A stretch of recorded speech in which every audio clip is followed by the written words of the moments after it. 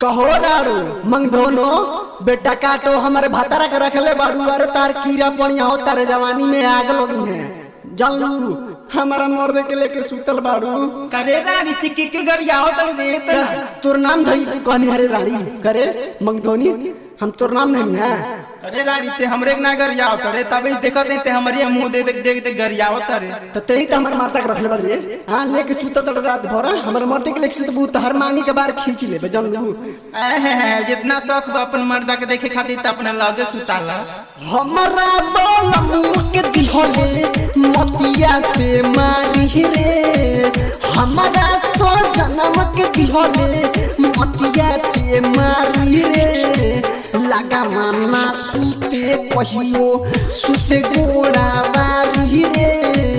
लगा माना सुते हमारा सुते बसा बारी रे लगा माना सुते हमारा ओहो अपने बड़ा सपूत बना तारी ये कहावत बा किस्सा से मुझ खा के बिलार भइली भगतिन हुआ हाल इन करबा तेहु तो फलाना से कइले बाड़े यारी रे तेहु तो फलाना से कइले बाड़े यारी रे तब काहे देत बाड़े रानी हमके गारी रे तब काहे रानी हमके होदित बाड़े गारी रे तब काहे रानी हमके सोनू कुशवाहा दिलवाले रिकॉर्डिंग स्टूडियो कहाँ बाजार मोतिहारी करे करी खैया सात मुस्खा के बिलार भइल भक्तिन हम नहीं जानते तू कितना घाट के पानी पियले बाड़ू कहां कहां ना गेलू रामकोल का तान नहीं पड़ताव इंद्रपुर कहां ना पकड़लू हर के से महेश से सुनील से अनिल से धर्मेंद्र से ललन से के नहीं हमर बैलू हमसे बतिया बुरान तू का बतिया बुआ तारे बतिया कहां बा हो तू बतिया तो हमके सुधारी हमके ज्यादा बोलबे ना तब तोर झूठा उखाड़ ले हम छोड़ब कहता के हां रानी तो नहीं बोल ज्यादा बोल दे अर्थ बोल भू अर्थ बताइबो करता के जानू मजन संतोष के साथे उखी में धरइले रे मजन संतोष के साथे उखी में धरइले रे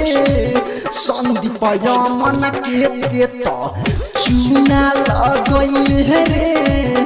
अभिषेक ज्ञानेंद्र के तो पीछे घूमइले रे बाड़े खिलाड़ी के तो करे रानी ते कौन कम बारे रे तेहू ते गुलशनवा के मुकेशवा के सोनुआ के लेके हां कहां ना घूमले और तोर सनियों के लेके घूमले बोल